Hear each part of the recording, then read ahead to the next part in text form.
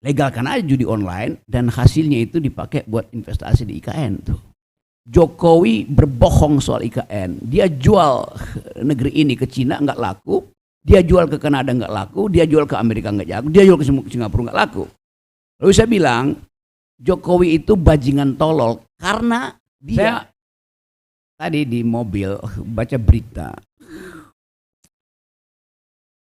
tahun 2023 jumlah putaran uang di judi online 327 triliun.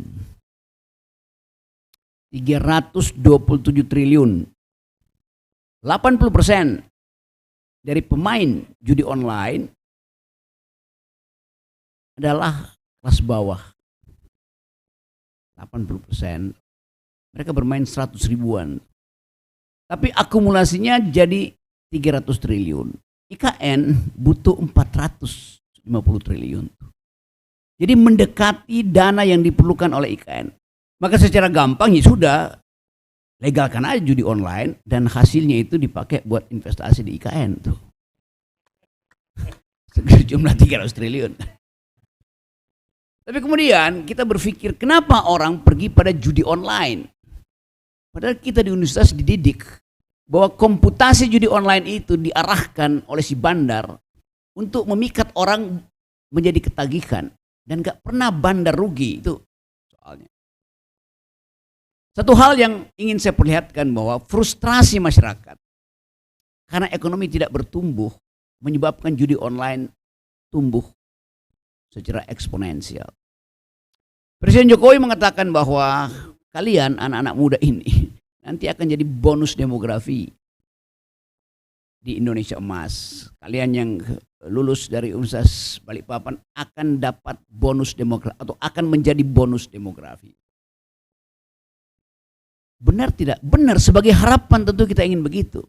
Tapi fakta hari ini ada 60 juta pemuda Indonesia pengangguran di usia kerja. Sekarang coba kita berpikir. Bagaimana mungkin memberi pekerjaan pada mereka, termasuk dibawa ke IKN misalnya. Bisa aja. Tetapi 60 juta ini mau diberi pekerjaan apa di IKN? Itu soalnya tuh.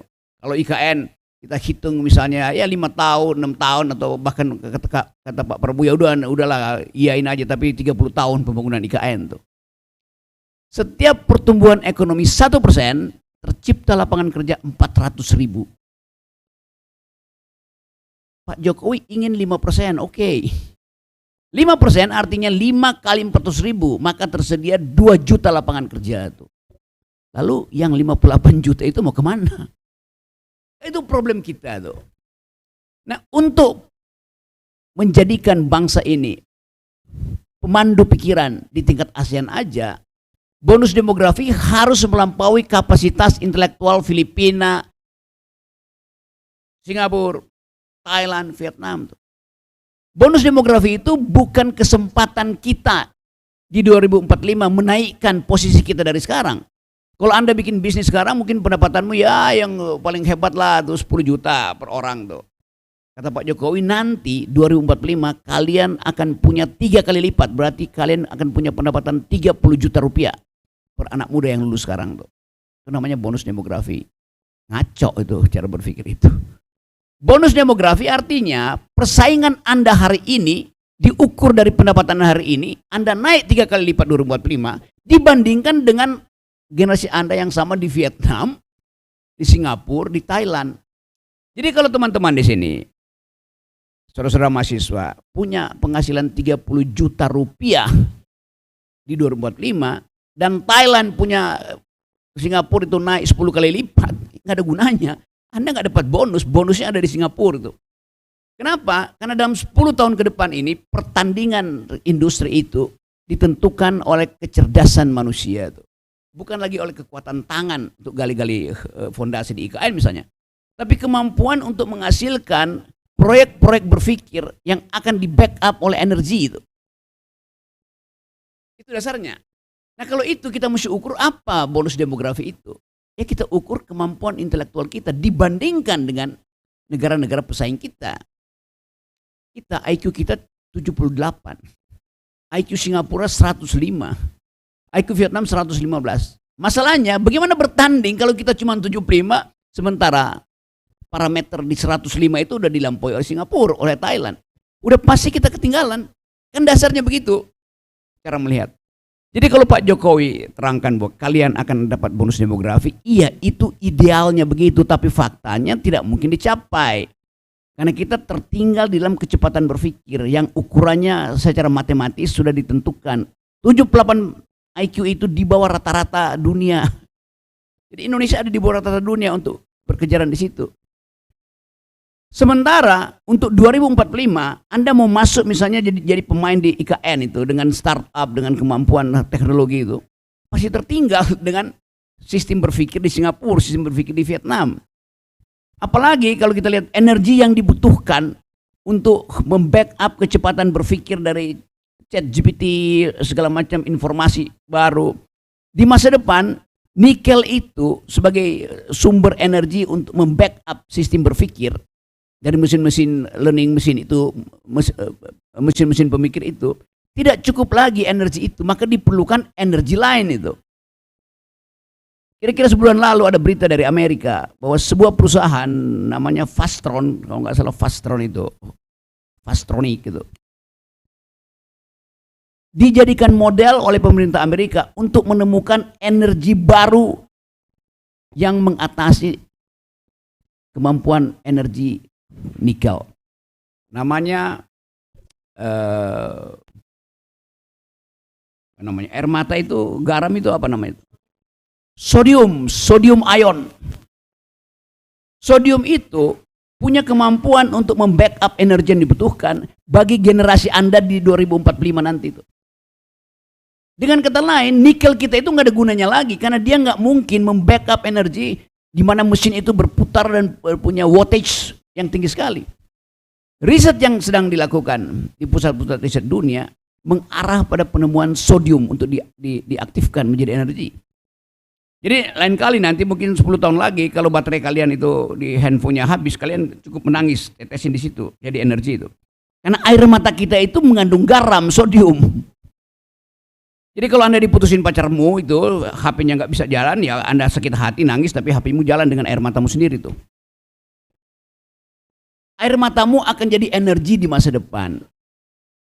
Nah kalau IKN gagal misalnya, itu kita syukurin karena kita akan menangis. Waktu kita menangis timbul energi, IKN dibangun lagi itu dengan energi itu kan. Saya mau terangkan itu sebagai paradoks dari teknologi. Selamat datang Pak Randy Susiswo Ismail, Ketua Yayasan Uniba. Oke Pak Ren, yes, udah pernah kita bertemu. Oke, harus jadi. Apa kabar Pak? Come on. Tapi di mana tadi ya? Jadi silahkan menangis karena tangisan itu adalah energi itu. Jadi dunia sekarang ada di dalam kompetisi untuk menemukan energi baru. Yang mungkin sudah ditemukan tapi disimpan di dalam rumus-rumus molekul. Hanya di beberapa negara utama. Dan itu datang dari keinginan untuk saling bersaing di bidang kecepatan berpikir. Saya balik lagi pada soal IKN ini. Saya pengkritik IKN. Bukan karena ide IKN-nya, tapi proses penghitungan politik di belakang itu. Pak Jokowi ingin IKN itu kita rayakan 17 Agustus datang itu. Sementara air aja belum ada di situ. Padahal Pak Jokowi bilang IKN itu akan pakai air tanah. Bukan air dari tempat lain tuh. Circular economy disebutkan begitu. Ternyata waktu digali ketemunya batu bara. Ya jelas saja karena nggak ada riset awal. Mau ditembus batu itu ketemu apa tuh? Apa namanya? Gas di permukaan. Tapi ini sudah keburu berlangsung dan akan malu misalnya Presiden Jokowi kalau tidak dijadikan model kesuksesan pembangunan Indonesia. Nah bagian itu yang saya kritik, kenapa mesti ada ambisi presiden untuk memamerkan sukses di bidang ibu kota negara. Dipamerkan pada siapa? Pada bangsa Indonesia. Orang Indonesia, bangsa kita nggak peduli dengan IKN. Kenapa? tadi 327 triliun judi online itu yang jadi pikiran bangsa ini selama 2023, 300 triliun habis buat judi online tuh. Jadi hal-hal yang menyangkut pertimbangan etis, oke, saya sudah pernah bicara di sini bahwa AMDAL hanya disusulkan ketika keputusan politik sudah dibuat. Harusnya AMDAL mendahului keputusan politik tuh. Saya mengkritik IKN kira-kira setahun lalu, saya bilang Jokowi berbohong soal IKN. Dia jual negeri ini ke Cina nggak laku, dia jual ke Kanada nggak laku, dia jual ke Amerika nggak laku, dia jual ke Singapura nggak laku. Lalu saya bilang Jokowi itu bajingan tolol karena dia menipu rakyat dengan mengatakan bahwa sudah ada 1.200 investor yang antri untuk masuk ke IKN. Saya bilang enggak, itu nol. Lalu saya diperkarakan karena dianggap saya menghina presiden. Seminggu lalu kata Bahlil memang nol, nggak ada investor yang masuk. Ya berarti Pak Jokowi yang berbohong pada waktu itu. Kenapa saya mesti ditangkap? Karena saya menganalisis itu. Kalau saya pergi ke luar negeri, ke segala macam, ngomong dengan nggak ada satupun investor yang akan masuk. Tapi kan ini data yang saya peroleh itu. Dibandingkan dengan data yang diinginkan oleh pemerintah untuk menyulap headline. 1.200 MOU sudah diteken. Itu MOU. Dan batal semua kan. Jadi Bahlil berbohong dari awal. Disuruh berbohong oleh Jokowi. Itu dasarnya. Jadi saya tidak berbohong waktu saya bilang bahwa ini bakal gagal karena tidak ada investor. Saya ingin dia sukses, tetapi dengan conditional, yaitu jangan ambil uang rakyat di APBN, jangan dipakai dong. Kata Pak Jokowi, memang kita nggak akan pakai, pemerintah tidak akan pakai APBN kok. Kami akan pakai foreign direct investment, perjanjian bisnis to bisnis. Akhirnya 20% APBN sekarang dipakai untuk IKN. Itu adalah pajak saya. Mestinya tanya pada saya, tanya pada teman-teman, mau nggak kita bikin IKN dengan memajaki orang tua kalian itu? Kalau setuju oke. Tapi tidak pernah itu dimintakan persetujuan pada rakyat. Padahal yang dipakai uang rakyat. Lain kalau bukan uang rakyat, pemerintah cari sendiri dong. Oke. Jadi itu kritik saya, semuanya kritik berbasis argumentasi akademis itu kan. Nah, dalil-dalil itu yang sekarang saya perlihatkan. Kemarin wakil otorita saudara Raja Antoni pergi ke DPR minta 27 triliun. 2 jam sebelumnya Sri Mulyani bilang anggaran untuk IKN itu tinggal 17 triliun. Jadi Anda bayangkan di dalam kabinet sendiri itu ngaco. Kok bisa menteri sama menteri nggak tahu posisi anggarannya kan? Itu juga menunjukkan tidak ada koordinasi. Dengan kata lain, tidak ada semangat bersama untuk menuntun IKN ini di hari-hari terakhir Jokowi. Satu. Yang kedua, apakah IKN Jakarta akan dipindahkan oleh Jokowi? Jokowi bilang kepresnya akan dibuat oleh Presiden Prabowo nanti. Jadi belum ada legalitas untuk memindahkan ibu kota. Jadi semua hal itu yang saya mau terangkan bahwa pada akhirnya beban itu akan ada pada Prabowo. Oke, pertanyaan berikutnya. Apakah Pak Prabowo akan memakai anggaran itu yang tahun depan dibutuhkan 800 triliun defisit kita untuk mengaktifkan pembangunan, bayar makan siang itu demi IKN? Pasti tidak. Seorang petinggi Partai Gerindra yang merupakan pemikir utama dari kabinet Prabowo nanti, Sudrajat Djimbandono, mengatakan bahwa bagi Gerindra lebih penting makan siang daripada IKN. Artinya akan dibatalkan anggaran buat IKN. Jadi IKN itu batal bukan karena saya menginginkan, tapi APBN tidak cukup. Semua ambisi politik ukurannya adalah APBN. Jadi APBN akan membatalkan ambisi itu. Pasti akan ada clash. Pak Jokowi ingin supaya dia punya legasi bagus. Tapi bagi Pak Prabowo, legasi bagi dia adalah makan siang yang dia sudah ucapkan berkali-kali dan itu akan ditagih oleh rakyat. Lain kalau APBN-nya tersedia, makan siang itu perlu 400 triliun, APBN IKN perlu 400 triliun. bayar utang cicilan per triliun, bayar pendidikan per triliun, bunga cicilan pokoknya per triliun, 3.500 triliun, pendapatan kita cuma 1.800 triliun. Bagaimana caranya coba? Jadi dengan cara itu, saya tahu Pak Rektor dan teman-teman sini punya keinginan buat lihat ada pertumbuhan ekonomi melalui IKN. Tapi riset juga mengatakan akan ada pertumbuhan ekonomi di IKN, tapi bukan 5%, cuma 0,4%. Studi dari FEUI, 1,4%. Sumbangan pertumbuhan itu. Jadi ini yang saya maksud, kritik secara metodologi itu. Supaya tidak dianggap bahwa saya misalnya sinis pada, bukan sinis, karena dari awal tidak ada perintah konstitusi untuk membangun IKN. Tidak ada janji Pak Jokowi untuk membangun IKN. Kenapa tiba-tiba itu ada tuh? Satu kali saya tanya pada seseorang yang sangat dekat dengan Pak Jokowi selama 7 tahun. Kenapa Pak Jokowi punya ide memindahkan IKN? Dia bilang saya juga nggak tahu. Mungkin dukunya yang bilang begitu. Jadi rumors di dalam kabinet menunjukkan bahwa ada yang nggak benar di dalam cara perencanaan itu.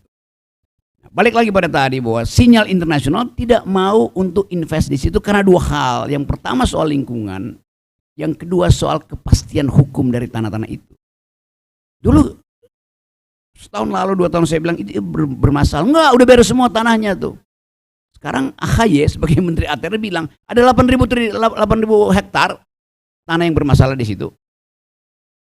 Jadi belum tuntas soal-soal semacam ini. Nah, itu ide yang saya terangkan. Bukan saya menghalangi IKN, tapi saya melihat ketidakmasukakalan perencanaannya tuh. Apalagi kalau kita berpikir sekarang bahwa Indonesia akan ditekan oleh sistem regulasi baru di bidang environmental crime yang lagi dibuat oleh PBB sekarang, bahwa semua negara yang tidak menunjukkan itikat baik untuk mematuhi protokol Paris dan Kyoto dan Glasgow itu akan dianggap sebagai pelaku pidana lingkungan tuh. Jadi sangat mungkin nanti Pak Jokowi itu diseret ke pengadilan internasional kalau itu jadi keputusan dunia tuh. Pada saat yang sama PBB juga menginisiasi hukum baru di bidang lingkungan, bahwa semua orang yang mengkritik lingkungan dari manapun atas alasan apapun, mau rumor kayak mau data kayak, tidak boleh dipidana. Karena ada paradigma baru bahwa kita punya keprihatinan terhadap planet, bukan lagi terhadap Kalimantan, bukan terhadap Indonesia. Jadi sekali lagi saya ingin ajak teman-teman berpikir di sini supaya kita punya daya analisis yang tajam untuk melihat potensi Indonesia itu menghasilkan pertumbuhan dan itu tidak bisa dibuktikan. Sementara pada saat yang lain regulasi-regulasi dunia itu mengarah pada penghukuman mereka yang merusak lingkungan tuh. Itu soalnya tuh. Yang kedua adalah teknologi berkembang cepat. Teknologi itu berkembang setiap 8 jam. Setiap 8 jam ada software baru untuk menumbuhkan energi itu. Nah, IKN itu kalau kita bilang IKN itu Pak Prabowo bilang oke, kalau begitu kita bikin multi layer APBN mungkin 30 tahun ke depan. Nah, 30 tahun ke depan itu sistem berpikir dunia itu udah lain sama sekali. Orang tidak lagi berkantor di IKN, orang berkantor di cloud, di dalam fasilitas-fasilitas teknologi baru tuh. Itu intinya. Yang terakhir mungkin supaya kita punya perbandingan. Indonesia itu diagung-agungkan oleh dunia karena satu perempuan Indonesia kira-kira 5 tahun lalu disewa oleh NASA untuk mulai memikirkan pemukiman di planet. Perempuan Indonesia ngajar di Harvard University. Dia merancang pemukiman di planet. Sementara presidennya itu masih merancang pemukiman untuk kepentingan dinastinya di bumi Kalimantan. Jauh betul jarak idenya kan. Tapi sekali lagi ini soal kepentingan politik. Pasti itu Pak Jokowi tentu ingin mengatakan ini legasi saya. Bayangkan, legasinya baru 30 tahun kemudian akan dia hasilkan. Lain kalau APBN kita bisa kita push misalnya 10%, boleh 10%, tapi overheating, ekonomi yang di push 10% itu memerlukan investasi besar-besaran dan itu akan merusak sistem peradaban kita, yaitu kesetaraan, kesenjangan pendapatan tuh. Jadi dilemanya ada di situ. Saya terangkan itu sebagai dilema dan dilema ini yang akan diputuskan nanti oleh Presiden Prabowo. Saya kira Pak Prabowo sekarang pusing untuk menghitung anggaran yang betul-betul terbatas. Sekali lagi hanya karena alasan metodologis saya ucapkan kritik, bukan karena alasan sentimen. Seringkali orang bilang Rocky Gerung sentimen pada Jokowi. Saya nggak pernah sentimen. Saya sentimen pada orang Bungu. Terima kasih.